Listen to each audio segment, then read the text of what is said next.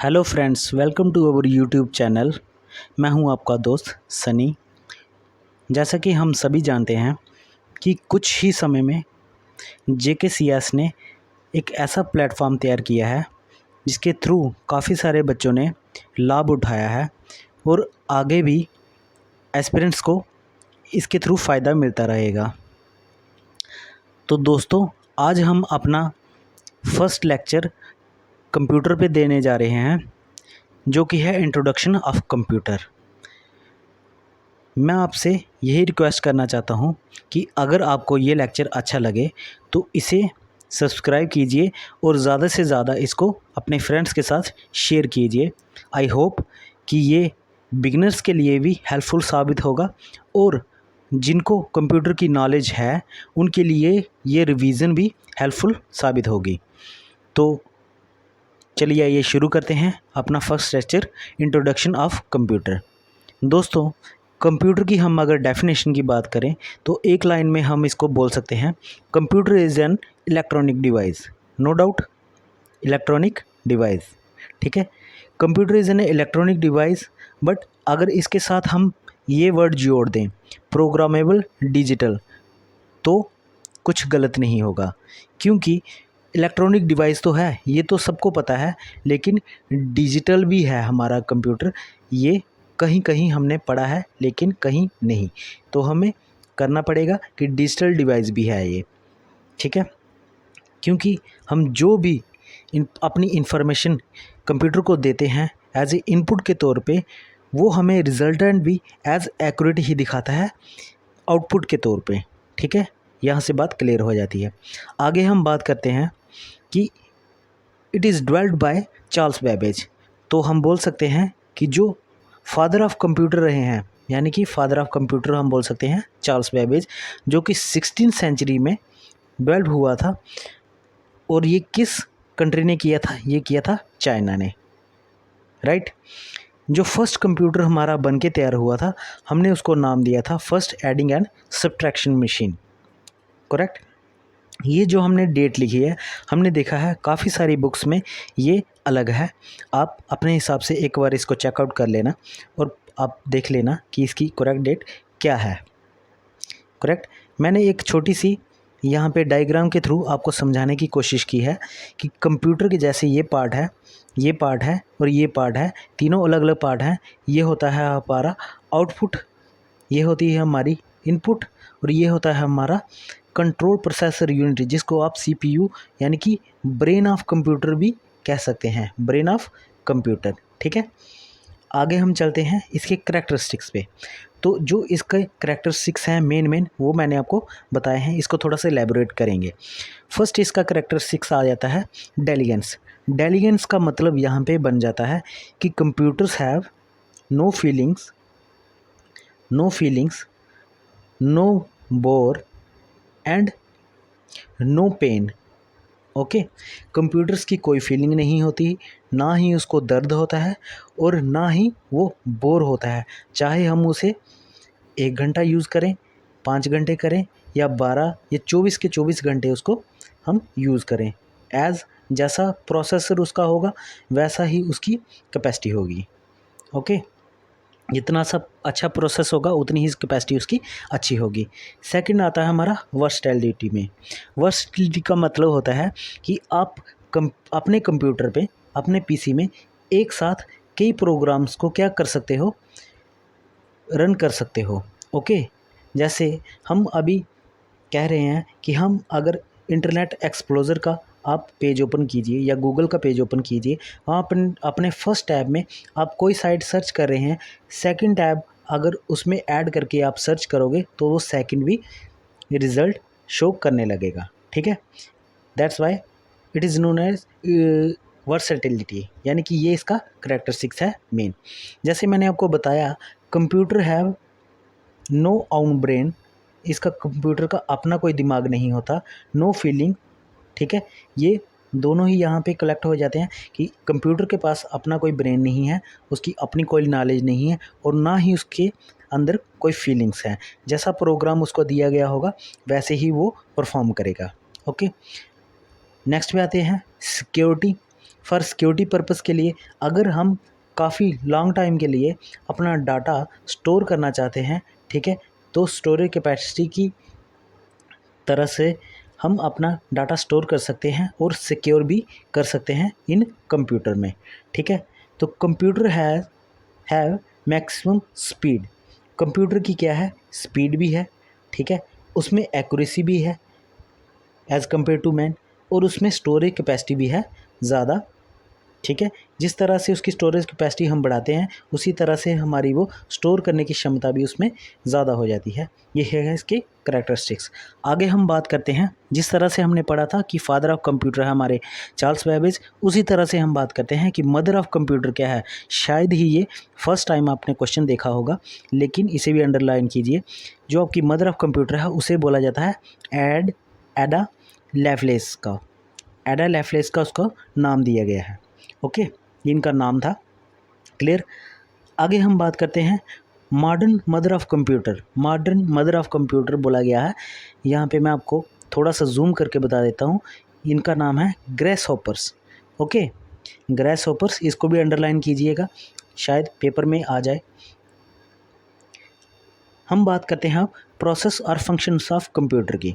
तो प्रोसेस या function of computer क्या है, देखिए, सबसे पहले हमारा जो फंक्शन चलता है, हम अगर एक आदमी की बात करें तो आदमी क्या करता है, अपना डाटा जब कंप्यूटर में फीड करता है तो उस प्रोसेस को बोलते हैं हम इनपुट, यानी कि अपना डाटा इन करना कंप्यूटर में। देन वो इनपुट डाटा क्या होता है, प्रोसेसिंग के लिए जाता है किस में, CPU में, ठीक है। CPU में क्या होती है, उसकी प्रोसेसिंग होती है, और प्रोसेसिंग करके जो हमें रिज़ल्ट शो होता है उसे हम बोलते हैं आउटपुट, यानी कि input first, processing second and output year third and last year storage. अगर उस डाटा को हम स्टोर करके रखना चाहते हैं तो हम स्टोरेज का यूज़ करते हैं, ठीक है। तो हमारे बेसिक 4 फंक्शंस कौन से हो गए, first is your input, second is your processing, third is your output, और फोर्थ इज योर स्टोरेज। ये आपको भूलना नहीं चाहिए, कभी भी एग्ज़ाम में आ जाए तो आप इसको एज इट, जैसे फंक्शंस हैं 1 2 3 4 सीक्वेंस में लिखा, आप इसको सीक्वेंस में ही ऑर्डर करेंगे, ओके। नेक्स्ट पे आते हैं कंपोनेंट ऑफ कंप्यूटर्स, ठीक है। कंपोनेंट ऑफ कंप्यूटर्स का मतलब क्या है कि कौन कौन से कंपोनेंट्स ऐसे हैं जो कि कंप्यूटर के साथ होते हैं। तो mainly computers have 2 components, first is your hardware, second is your software.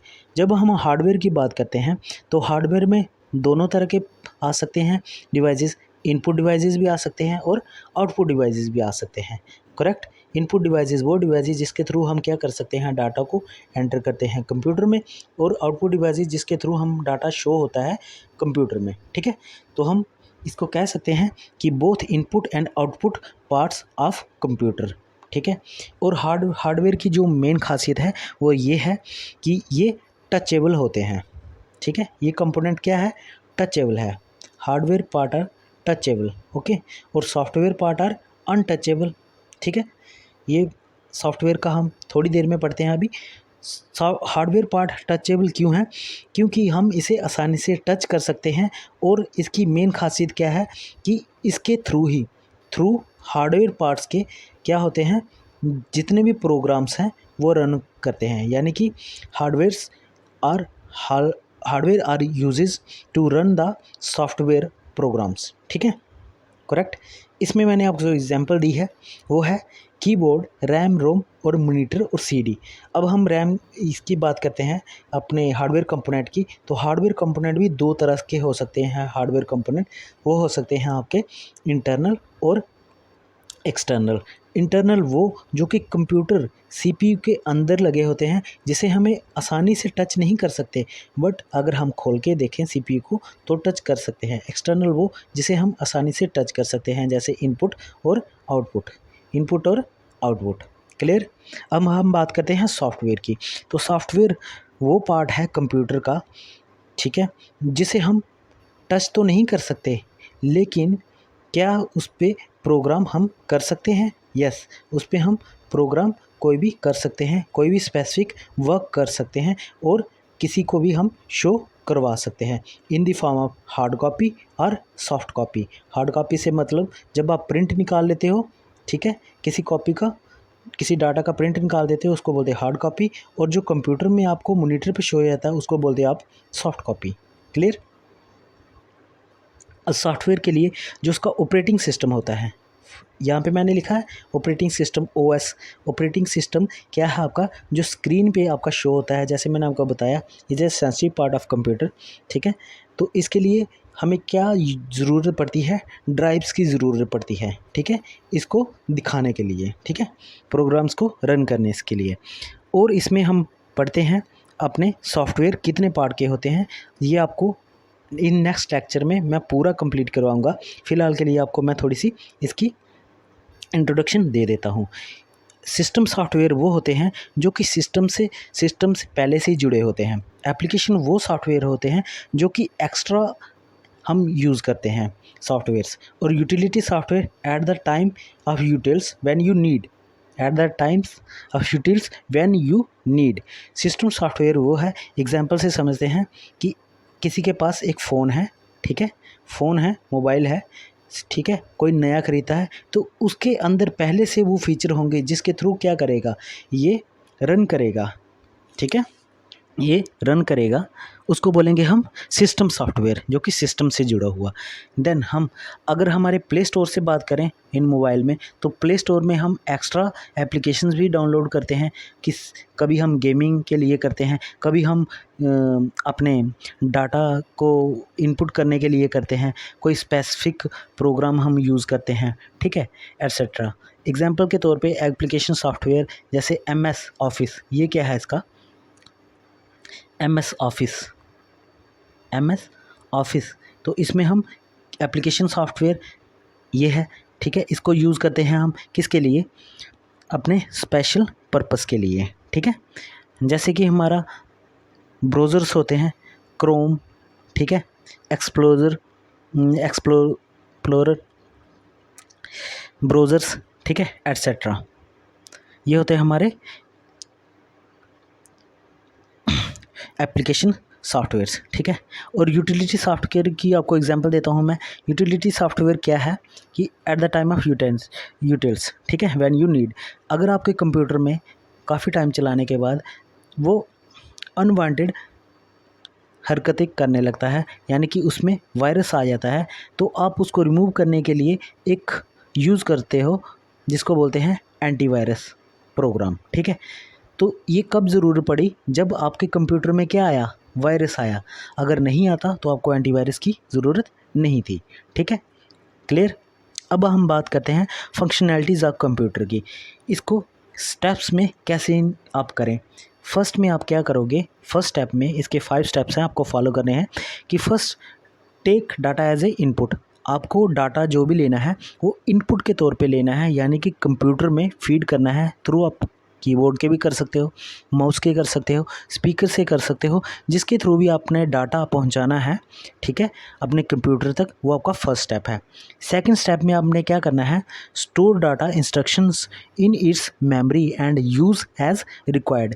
जब ज़रूरत होगी उस डाटा को प्रोसेस करने की, ठीक है, जिस तरह से ज़रूरत होगी वो प्रोसेस करेगा, ठीक है।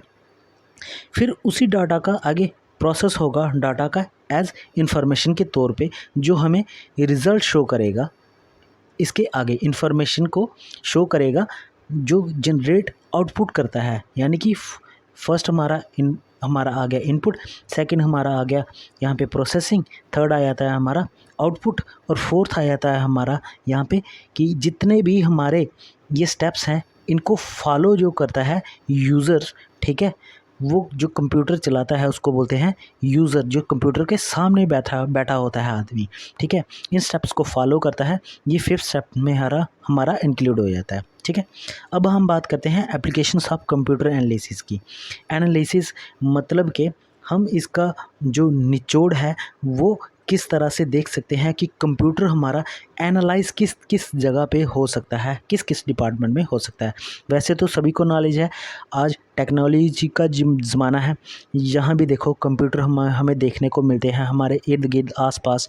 अगर आप देखें तो आपका जो फ़ोन है वो भी एक कंप्यूटर सिस्टम ही है, लेकिन आप इसको बाय प्रोफेशन आप कंप्यूटर नहीं बोल सकते। कंप्यूटर तो है, बाय प्रोफेशन नहीं बोल सकते, क्योंकि आप जब कंप्यूटर के सामने बैठ के काम करते हो एक जगह किसी ऑफिस में, उसको बोलते हैं प्रोफेशन। ठीक है, तो हम बात करते हैं यहाँ पे सेल एनालिसिस की। एग्जांपल के तौर पे हम अगर एक प्रोडक्ट बना रहे हैं 1 रुपये का, तो 10 प्रोडक्ट हम कितने के बनाएंगे जी? 10 रुपये के बनाएंगे। अगर हम प्रोडक्ट बनाते हैं 10 रुपये के, तो इसको क्या करना, सेल भी करना है। जब सेल करेंगे इसको, तो हम इसमें कुछ ना कुछ अपना मार्जिन इंक्लूड करेंगे। मान लीजिए 4 रुपये इंक्लूड करता हूँ, तो यहाँ पे जो टोटल प्रोडक्ट की सेल बनती है वो बनती है 14 रुपये, यानी कि 4 रुपये इसमें हमारा मार्जिन है और 10 रुपये उसकी कीमत पड़ी है। इस तरह से हम एनालाइज कर सकते हैं कि सेल एक्चुअली में कितने की करनी है और इससे हमें कितना प्रॉफिट जनरेट होगा। क्लियर? इसके लिए हम बजट भी तैयार करते हैं अपना। तो बजट हम तैयार करते हैं, यानी कि इतना हमारा इन्वेस्टमेंट है या इतना होना चाहिए, तभी हमें ये प्रॉफिट, ये गोल हम अचीव कर सकते हैं। ये इसी में इंक्लूड हो जाता है। उसके लिए फाइनेंशियल फोरकास्टिंग, यानी कि एक साल में जब आप देखते हो कि आपके बिज़नेस के लिए ये कितना कारगर होगा, ये प्रोसेस कितना कारगर साबित होगा, आप इसके लिए भी एनालिसिस पहले से करके रखते हो। ठीक है, ये चीज़ आ जाती है। उसके बीच इंक्लूड हो जाती है मेंटेनेंस ऑफ स्टॉक की बात। जब मेंटेनेंस ऑफ स्टॉक की बात हम करते हैं, तो स्टॉक को रखने के लिए आपको बड़े बड़े वेयर हाउसेज़ की ज़रूरत पड़ती है। वेयर हाउसेज़ की क्यों ज़रूरत पड़ती है? कि स्टॉक आपका ख़राब ना हो जाए और आपको सही समय पे उसको सेल भी करना है, डिस्ट्रीब्यूट भी करना है। ये भी क्या बिज़नेस में आ जाता है। आगे देख सकते हैं आप मैनेजिंग एम्प्लॉय डाटाबेस। जो भी अपने एम्प्लॉयज़ काम करते हैं कंपनी में, उन सभी का क्या डाटा, फुल रिकॉर्ड इसमें इंक्लूड हो जाता है। ये कंप्यूटर में इंक्लूड हो जाता है, यानी बिज़नेस में भी हम इसको यूज़ करते हैं। बाकी आप देखिए मार्केटिंग में, इन मार्केटिंग फील्ड में हम बोले तो ऑनलाइन काफ़ी ऐसे प्लेटफॉर्म हैं जिसके थ्रू हम क्या कर सकते हैं, अपनी शिपिंग कर सकते हैं, प्रोसेस कर सकते हैं। यानी कि जब आप ऑनलाइन करते हैं शॉपिंग, उसमें प्लस शिपिंग कॉर्पोरेशंस का जो आपकी सर्विस मिलती है, ठीक है, उसको हम बोलते हैं कि online e commerce business, E2 business बोलते हैं उसको, ई कॉमर्स। ठीक है, तो इसमें भी मार्केटिंग करने में हेल्प हो जाती है। फॉर एग्ज़ाम्पल आपका अनदर है एटीएम। यानी कि ऑटोमेटिक टाइम मशीन। ये तो सभी को मालूम होगा कि एटीएम किस पर्पज़ के लिए यूज़ होता है। ठीक है, वैसे ही हम बात करते हैं अपनी बैंकिंग सर्विस में कि इसका योगदान क्या है कंप्यूटर का बैंकिंग सर्विस में। Managing the database of the client, कि जो भी क्लाइंट आता है बैंक के पास, उसका डाटा पूरी तरह से क्या होता है, सिक्योर होता है। ये भी बैंक्स हमें सिक्योरिटी देते हैं। ठीक है, और हमारा क्या करते हैं, मेंटेन अकाउंट बैलेंस। ठीक है, हमारा क्या करते हैं, अकाउंट्स को मेंटेन करते हैं, बैलेंस को मेंटेन करते हैं कौन, बैंक। और इसके बदले में हमसे वो क्या लेते हैं, कुछ चार्जेस लेते हैं साल के, आपके बैंक अकाउंट को मेंटेन करने के लिए। That's it. अब हम बात करते हैं एजुकेशन की। एजुकेशन पर्पस में इसकी क्या परफॉर्मेंस रही है और किस तरीके से यूज़ होता है। आपको मालूम ही है जितने भी आजकल एग्ज़ाम चल रहे हैं वो सारे होते हैं CBT बेस में, CBC बेस में। ठीक है, कंप्यूटर बेस्ड टेस्ट में।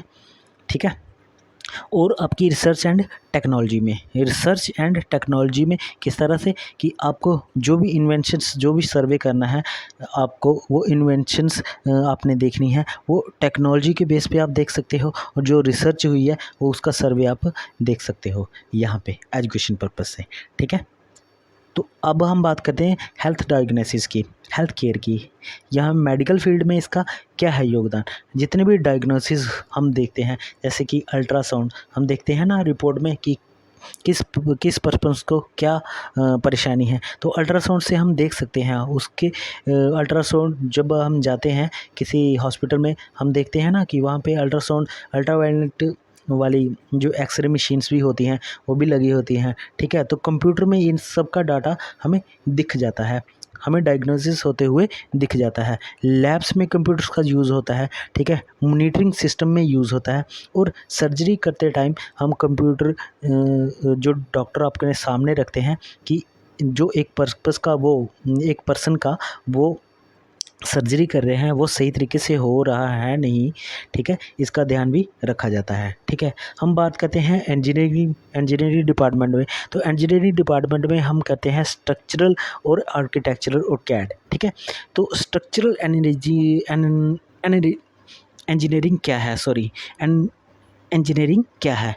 स्ट्रक्चरल इंजीनियरिंग का मतलब हुआ कि आपके पास जो स्ट्रक्चर है यानी कि उसका ब्लूप्रिंट है, उसको तैयार 3D में कैसे करना है। तो 3D हम हाथ से नहीं कर सकते, 3D हमें कैसे कर सकते हैं, कंप्यूटर से उसका ब्लूप्रिंट ले सकते हैं, ठीक है। तो आर्किटेक्चरल इंजीनियरिंग किस तरह से हुई कि जो उसका स्ट्रक्चर है यानी कि उसका आर्किटेक्चर है, एक फुल ऑफ प्लान होता है जो इंजीनियर्स के पास कि कौन सा स्ट्रक्चर कैसे तैयार करना है। जैसे घर की हम बात करें तो इसमें भी इसका यूज़ होता है, बड़े बड़े मॉल्स बनाने में, शॉपिंग कॉम्प्लेक्स बनाने में, ब्रिजेस बनाने में, ठीक है, इसका यूज़ होता है, ठीक है। अगली बात करते हैं मिलिट्री पर्पस के लिए। तो मिलिट्री में इसका क्या यूज़ होता है, जैसे कि आपको पता है जितने भी आजकल वेपन्स आ रहे हैं वो लगभग GPRS से रिलेटेड ही आ रहे हैं, उसमें GPS इंक्लूड होता है, GPRS, ठीक है। तो मिसाइल कंट्रोलेबल डिवाइस, ठीक है, जैसे कि मिसाइल को कंट्रोल करना हो ठीक है, तो उसमें भी हम यूज़ करते हैं अपने कंप्यूटर सिस्टम में। जैसे कम्युनिकेशन करना हो, किसी से फिक्स करनी हो मीटिंग अर्जेंटली, तब भी हम क्या कर सकते हैं, अपने कंप्यूटर का यूज़ कर सकते हैं। जितने भी बड़े बड़े ऑपरेशंस एक कंट्री के लिए फ़ायदेमंद होंगे या प्लान्स होंगे वो भी सारे डिस्कस होंगे मिलिट्री ऑपरेशंस के दौरान ही, ठीक है, इन कंप्यूटर सिस्टम पे ही। जितने भी स्मार्ट वेपन्स हमारे हम यूज़ करते हैं डिफेंस सर्विस में, तो वो भी हमारे इंक्लूड होंगे किसमें, हमारे कंप्यूटर सिस्टम के बिहाफ पे, ठीक है। जैसे कम्युनिकेशन आ जाता है जनरल पर्पस सभी के लिए। तो हम जनरल पर्पस सभी के लिए बोल सकते हैं कि जो हमारा ईमेल होता है यानी इलेक्ट्रॉनिक मेल होता है वो हम सेंड भी कर सकते हैं और किसी से रिसीव भी कर सकते हैं। FTP हमारा होता है फाइल ट्रांसफ़र प्रोटोकॉल। जो भी हम फाइल अपनी किसी को सेंड करनी है, हमने किसी को इमेज भेजनी है या किसी को क्या करना है, अपना वीडियो वगैरह भेजना है, तो हम क्या कर सकते हैं, उसको रिसीव भी कर सकते हैं और सेंड भी कर सकते हैं, फाइल ट्रांसफ़र भी कर सकते हैं अपनी प्रोटोकॉल से, ठीक है। और वीडियो कॉन्फ्रेंसिंग, एक आदमी मान लो बैठा है यहाँ हमारे इंडिया में और दूसरा आदमी बैठा है कहीं बाहर कंट्री में, USA में, तो उससे हम कनेक्ट कैसे कर सकते हैं with the help of video conferencing. जैसे मोबाइल पे आप WhatsApp वगैरह यूज़ करते हो एक दूसरे से मिलने के लिए, ठीक है। लास्ट में हमारा आता है गवर्नमेंट। तो गवर्नमेंट किस तरह से यूज़ करती है कंप्यूटर का वो हम देखते हैं। सेंसस रिकॉर्ड, जितना भी डाटा हम सेंसस में जब सर्वे होता है सेंसस का मतलब कि जब पॉपुलेशन का हम रिकॉर्ड रखते हैं इन कंप्यूटर में, ठीक है, तो गवर्नमेंट इस डाटे का एक पूरा का पूरा फॉर्मेट, ठीक है, तैयार रखती है, ठीक है। तो उसके लिए भी हमें कंप्यूटर का यूज़ होगा। जैसे कि वेदर फॉरकास्टिंग, ये जनरल पर्पस के लिए नहीं होगा बट ये थ्रू किसके होएगा, सुपर कंप्यूटर्स के थ्रू, ठीक है। तो सुपर कंप्यूटर्स के थ्रू ये पॉसिबल है। कुछ ऐसे काम हैं जो कि सुपर कंप्यूटर ही करेगा स्पेसिफिक काम, और कुछ ऐसे हैं जो कि जनरल पर्पस के लिए होंगे। ये हमारे PC वगैरह, पर्सनल कंप्यूटर्स, लैपटॉप्स वगैरह भी कर सकते हैं और सुपर कंप्यूटर्स सिर्फ स्पेशल टास्क परफॉर्म करते हैं। Okay, clear. तो मैं अब आपको कुछ क्वेश्चन देना चाहता हूँ, आप उसको कमेंट बॉक्स में मेरे को कमेंट करिए और बताइए कि आपको ये कैसे लगा लेक्चर, और अगर आपको अच्छा लगा तो इसे ज़्यादा से ज़्यादा शेयर कीजिए और इस चैनल को सब्सक्राइब कीजिए। तो आज का जो हमारा फर्स्ट क्वेश्चन है आपने उसका आंसर देना है कि हमारे फादर ऑफ कंप्यूटर कौन है। ये बिगनर्स के लिए भी क्वेश्चन है और रिवीजन के तौर पे जो कि नॉलेज रखते हैं कंप्यूटर की उनके लिए भी है। दूसरा हमारा क्वेश्चन है कि mother of computer, modern mother of computer, ठीक है। थर्ड हमारा क्वेश्चन है कि ईमेल का फुल फॉर्म क्या है और FTP का फुल फॉर्म क्या है, ठीक है। 3 क्वेश्चन हो गए। फोर्थ क्वेश्चन हमारा जो है मैं आपको दे रहा हूँ वो आपने बताना है कि first super computer of world, ठीक है, ये आपने कमेंट में बताना है। और first super computer of India. ठीक है, ये भी आपने कमेंट बॉक्स में मेरे को लिख के बताना है। आई होप आप सभी को वीडियो अच्छी लगी होगी। तो मिलते हैं आपसे नेक्स्ट वीडियो में, तब तक के लिए सभी को नमस्ते, आदाब, सत श्री अकाल, थैंक यू।